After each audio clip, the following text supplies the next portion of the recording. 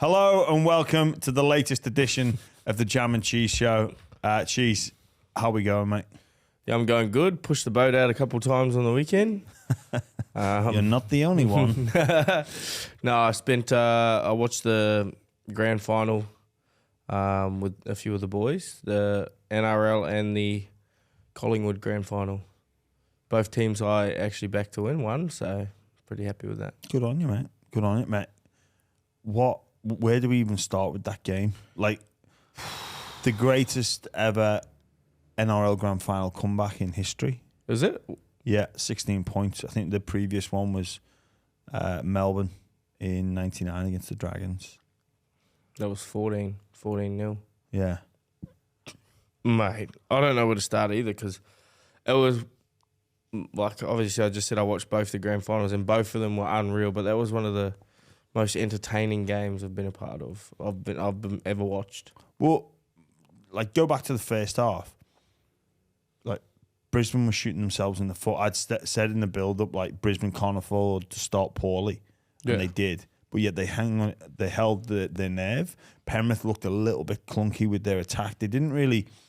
The only try that they scored was basically off the short dropout. That's what we were saying to the boys. Apart from a bit of luck, like Penrith wouldn't be up in this first half. Like that is obviously luck, that first try. But like you said, they started, I think they were 4 from 11.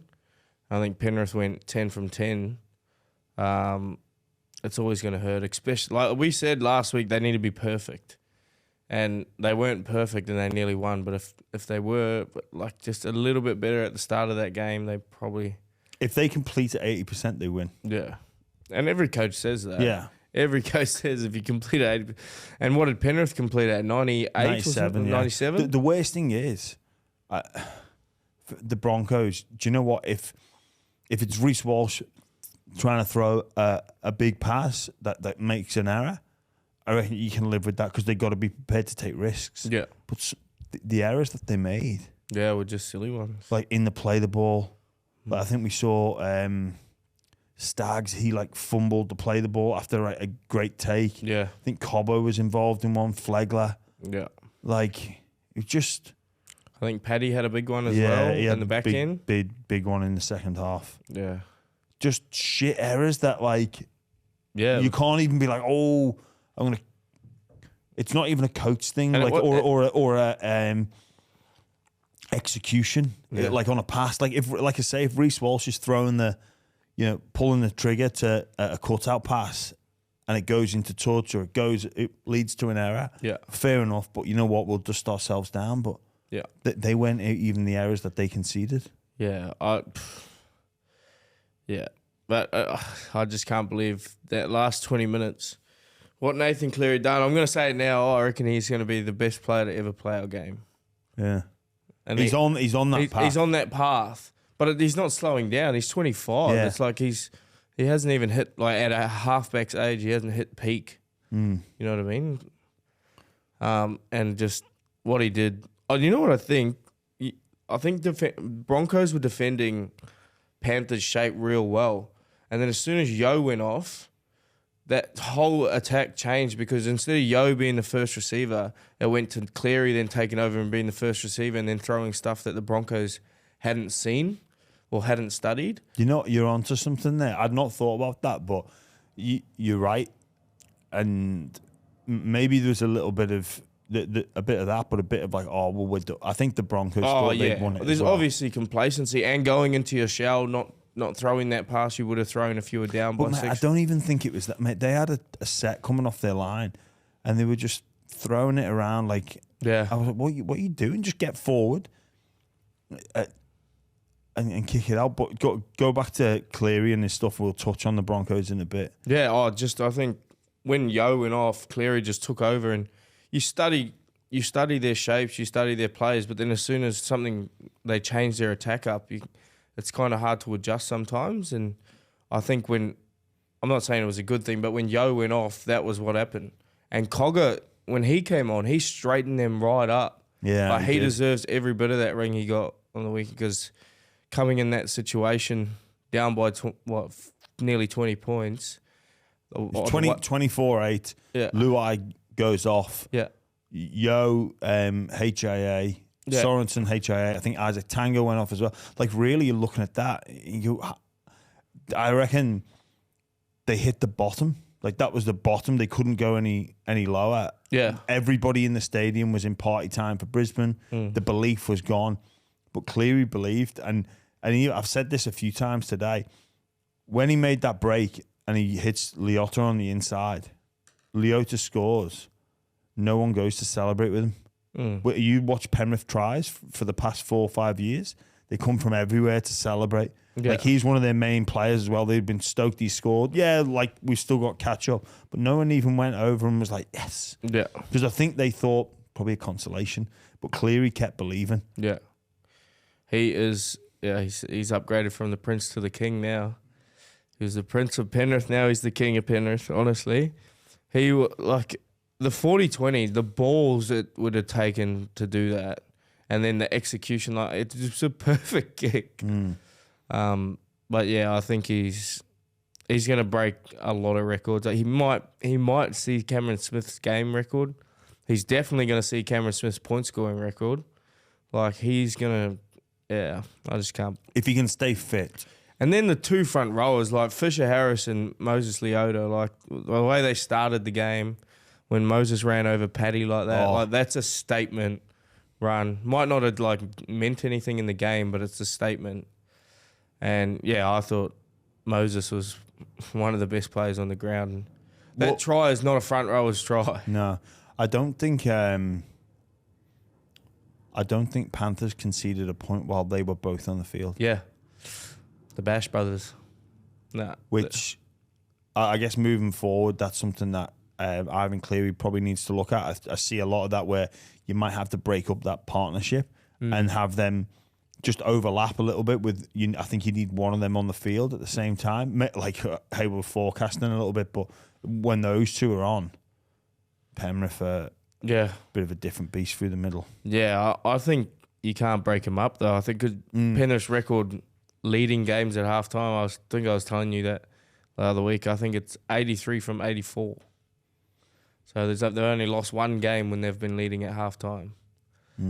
Yes, well, they were leading at half time, but then after 55 minutes, they were on the canvas. Ezra Mam put on an absolute clinic over on that left edge. Imagine scoring 3 and losing.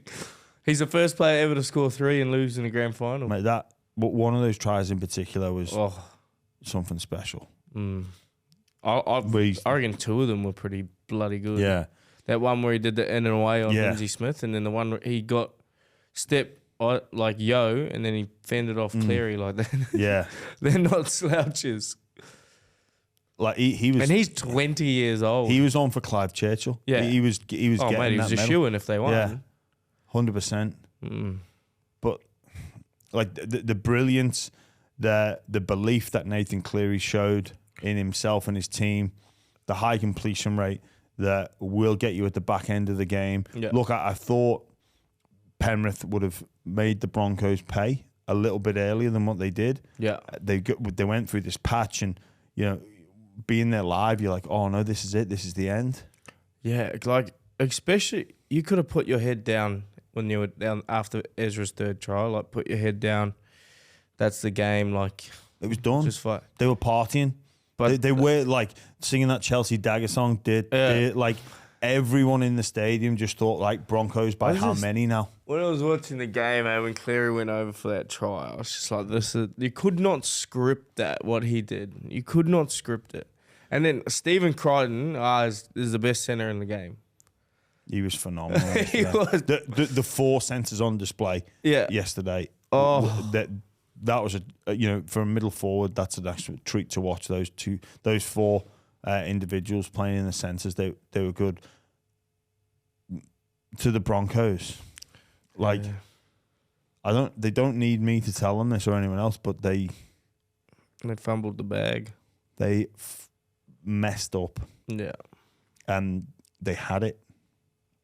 It was theirs. 24-8, and Penrith are dropping like flies. You couldn't have asked for anything more. No. Yeah, there's a few disappointing Obviously, games for a few of the players, but far out. I sort of didn't count Penrith out. I sort of thought, there's still a chance. There's still a chance, because I remember when I played Penrith in the grand final, we were up by 26 and we won by 6.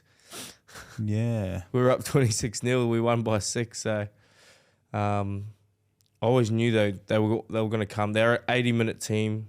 They're all gas, no breaks. Mate, I know what you're saying. You think they come, but Brisbane were just tearing them to shreds. Yeah. They're losing all a lot of their key players. Like there wasn't any sign of any shred of evidence that they were going to come back. Yeah. But I know what you're saying. Like, you'd never count that champion team out, and you never will now. No. It's up there with like Tyson Fury getting off the canvas. Yeah. Liverpool Champions League, Man United Champions League finals. Like, it was in the sporting comeback. Oh. Like, and I think that makes it worse for the Broncos players, knowing they had it. Yeah. It was almost won, and it just slipped through their cracks. That for me, I've had my fair share of grand final losses, but I've had one not too dissimilar to that, where I thought, oh, okay, we're in here, we're almost home, and then injuries and a few others for our team. Your Leeds got away with it in the end. But those are the ones that gut you even more. Like, if Broncos that have started poorly and Penrith put them away and ran up a score, we missed the start, but we never had it. But the fact that they had it in their hands, this is gonna eat at them for a very, very, very long time. Yeah, well, the grand final that I lost, I got on the field, it was 16-0. So I can understand what you mean. It would, if I was 16-0 up when I went on and we lost, it would have fucking burned. But geez, I just don't even know what to say. Like, you feel for them. So yeah, you do. You feel for them real. Because I'd love for Kevy and Billy, a good mate of mine, Billy Walters, I'd love for them to be able to share that moment together. But, Nathan Cleary had other ideas. Do you reckon there's anything that anybody in that organisation can say? Like, well, not to justify it, no. You'd just be, you'd be sitting there today, you'd be having your drinks and just going, what was it? How long to go? Like 19 minutes? 17 minutes. You'd be sitting there and you're enjoying your teammates' company, and you just have a moment of silence and just go, fuck. It's gone. Yeah. We had it. And we lost it. And then, look, I think Brisbane are set up for long-term success, and they'll get another chance. But then you look at it, for strong as 17, injury-free, that's not always guaranteed. Like, you just sat there today in the pub shattered. Like, shattered, thinking about what might have been. Yeah. You were almost in party time as well. Well, they kind of were. And, I've really enjoyed what Kevin Walters has done as a coach, but this is another big test for him now. Yeah. Like, how he uses this. But it was interesting to hear Isaah Yeo in the presentation speak to the Broncos players and say, we were in this position 4 years ago.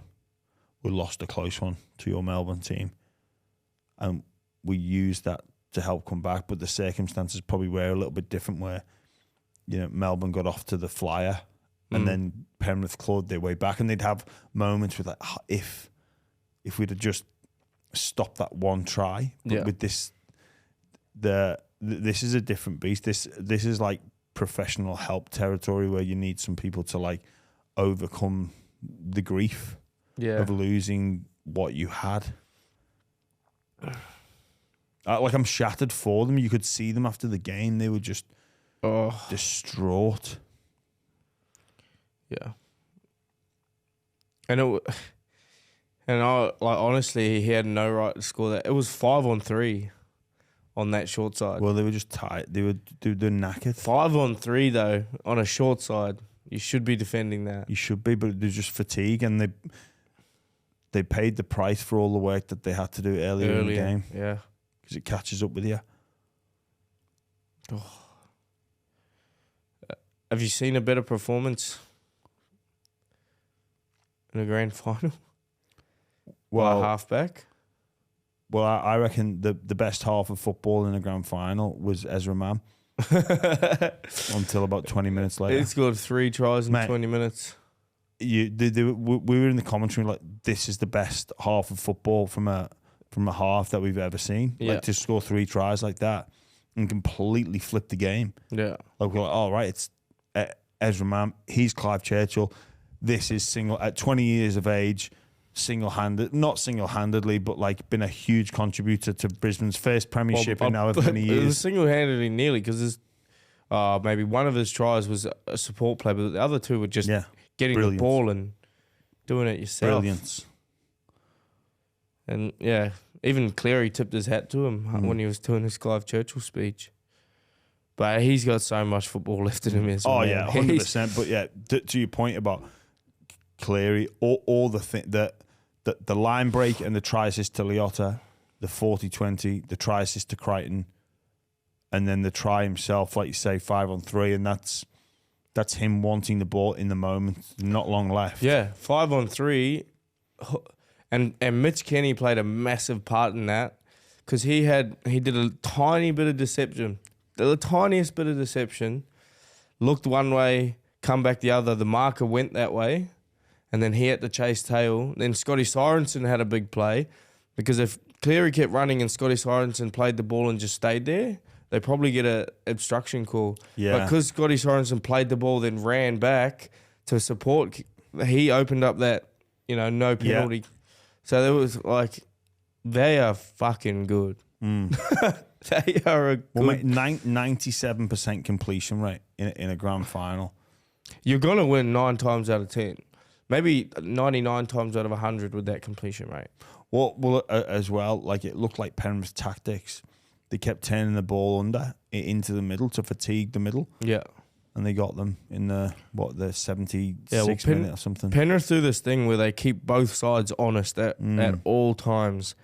So if you say the ball goes out to the right, if they see the slightest bit of that other opposite side not coming up, they'll just fling the ball straight to Jerome Luai, and then it'll make them come up and that other side go back, and then Jerome Luai will just step his way back to the other side, and then just constantly make you, constantly put you under that pressure and making you think, oh, I've got to get up here, and then make you move more than you want to. The mental fatigue as well. Just always have to be on. You'll have to be perfect.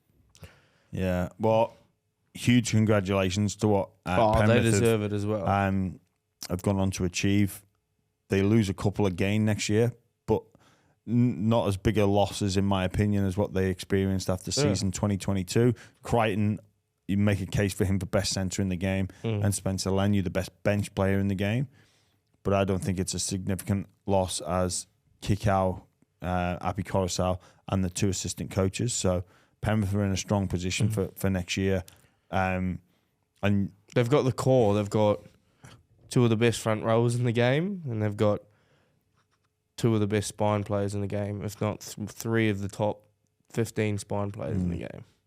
And then Isaah Yeo. And then Isaah Yeo, the best lock in the game, arguably. It's, hats off to them. Like, I genuinely a little bit gutted for the Broncos. It's you feel sport can be unbelievably cruel at times, and mess with your head, like completely mess with your head, and it's just not fair. But you back Kevy to get them up and to go again. Yeah. They're still so young. Yeah, there's got a lot of football left in them, and you'd like to think they'd learn from this. And look, it's got to motivate them. They can't, they'll be somber and dwelling on it for a little bit, but come first day of pre-season, you get things addressed and you start to move on and you look forward. We're going to take a quick break from the podcast to tell you about AG1, the daily foundational nutritional drink with all your needs in the one place. I like to look after my health, and AG1 takes care of that for me. No more tablets, vitamin pills, all the health, nutrition I need, all in the one place. Every single morning, it's as easy. Open up the fridge, scoop of AG1 in a glass, cold water, stir it with a fork, drink it. It tastes great, and it helps me know. It gives me the peace of mind that all my nutritional needs are taken care of, all in the one drink. It really is as simple as that. And also, anybody that knows anything about health benefits knows that it comes with adding simple routines to your day. It's not about magic pills. They're not going to work. AG1 helps me be the best version of myself by having this new habit of every single morning having that drink. I know my nutritional bases are covered thanks to AG1. A lot of athletes are now taking AG1, and with 75 high quality ingredients, it's no wonder why. If a comprehensive solution is what you need from your supplement routine, then try AG1 and get a free 1-year supply of vitamin D and 5 free AG1 travel packs with your first purchase. Go to drinkag1.com/buy round. That's drinkag1.com/buy round. Check it out. In other news, Cheese, how's the hand going? Yeah, well, it's not good at the moment. I slammed it in the door the other day. And that's a bit sore. You slammed it or someone else? Well, someone else slammed it in the door. Actually squashed it in the door. So that's pretty sore. But unfortunately, they've called the club have kind of helped out, but they've said like I need to get surgery next week, so I'll get that done on Monday. I think that rules me out of the international games. But I might be joining the team somewhere and doing some broadcasting. So very nice. Hopefully, I can be real biased towards the Kiwis for that one. Yeah, that'd be good. So you got what? They take the screw out? Yeah, they're just going to take the screws out because they're all not good. Did they just mess it up? Like was it? Nah, it's just because. Oh, you're not going to slag off the surgeon, are you? No, the surgeon was good. It's just the way didn't playing do it right. just playing with it, just smashed it up. Surgeon. Too many swinging arms. I reckon the surgeon's botched it, and you know he's going back in again. You can't slag him off. Can't slag him off. All right, now it's time for this. Our two East fans feeling. Fan feelings. Nothing more than How do you feel? All right, the first question is from Johnny. What did you make of the refereeing last night? I thought it was perfect, and the way every game of rugby league should be refereed, not just grand finals and Origin. Adam G on his debut. What do you reckon? Smashed it. I mean, I reckon it was awesome and entertaining, but it's weird. Like, why do we change the rules when there's finals on? Like, that's my only question. I loved it. Like, I thought it was a good spectacle. I thought it was great to watch, but it's just like, at what point do we, at what point do we just go, you can't do that? Well, all that'll happen is if referees put the whistle away, is coaches will be like, well, we're just going to test them out even more. Because if they have a directive not to blow the whistle, teams will lay on for longer, and then that will frustrate. And do you accept that he was a bit more lenient in the grand final? Because there was barely there any was no howlers as well. No, there was definitely no howlers, which was great. It's probably more, did the clubs get the communication directive like there's not going to be much? I'm just going to try and put the whistle away and not blow the pee out of it. Yeah, that's probably where it comes. And if they knew that, then that's fine. But if that came as a shock, because Penrith's ground game, their wrestle game came under the spotlight a little bit, and certain areas of the media were looking to see that be penalised. It wasn't. You know, they're blockers on the kickers, which is what most teams do. But we can't say 1 minute, oh, that's great, we love this product because the referees put the whistle away, but then be like, oh, well, look at what they're allowed to get away with. Yeah. Like, it just can't be that way. So we need to decide as a game, well, not we, but the game needs to come out and say, this is what we want it to look like, here's why, and this is what we're going to do moving forward. Personally, I thought it was good not to have referee interfering, but you can't tell me it was whatever the penalty count was game, if that makes sense. Yeah, for sure. How many 6 agains? There's only one, eh? I think so. Yeah. Yeah, and very few penalties. Yeah. I thought should have been a few more 6 agains. Yeah. Some of them were, quite tough. But overall, like, there wasn't a huge penalty that defined any moment of the game. So that you're kind of fortunate in that regard. Yeah, well, the players decided the match, which I think overall, big tick. Yeah. Well done. And Adam will we see more of that next year? Maybe, but unfortunately, coaches not bend the rules or the laws of the game. They use them to their advantage, and they'll know what style of refereeing wants to be implemented. I think it was 2018, and they started penalising a heap of ruck infringements because that's what the NRL wanted to do, and they were close to getting it right and getting conformity. But the coaches and some of the players just held on for a little bit longer, and they went, "Nah, this is bullshit. There's too many penalties. We're gonna have to put the whistle away." So. Yeah. I think the only one I could think of was remember Liam Martin had a carry, and I think Kurt Capewell came in and hit him in the head late, and it wasn't hard or anything, but that was like a send-off a couple of months ago. Yeah. Yeah, well, there's a couple of times players stayed down looking for penalties as well. I love when they don't get it. Yeah. It's the best ever. Yeah. Oh, Reece Walsh's neck must be sore today. He was holding the fucker all game. Oh, God. Todd, if the NRL introduced a finals MVP award, who would the winner be this year? Who's stood out in finals? Well, Ezra Mam's had Ezra Mam's played good pretty much every game, but he's broken some record with the try scoring, but I think he scored a try in every finals game. I think he scored 18 all year, including the 3. Yeah, I think he broke some record. And the closest to him would be Cody Walker, who's on about 9. I think he broke a rookie, not a rookie, or 20-year-old, something like that. So they were saying it on the commentary. But Nathan Cleary obviously comes to mind. Yeah, obviously what he did in 20 minutes is he won a competition, but I think finals, all in all, I'm with you on Ezra Mam. All right, Jakey G. Jakey G. Would you rather have a driver to take you everywhere or a private chef who makes you all your meals? A private chef. Because I don't like driving. So if he was to drive me everywhere, I wouldn't want to, No, you'd rather have a chef? Yeah. But then you said you don't like driving? Yeah. Well... I like eating food. I don't like driving. Yeah, but that's it. You get the driver to drive you I around. just don't like being in the car. I drove to Melbourne in my car. I couldn't be fucked driving back, so I flew back.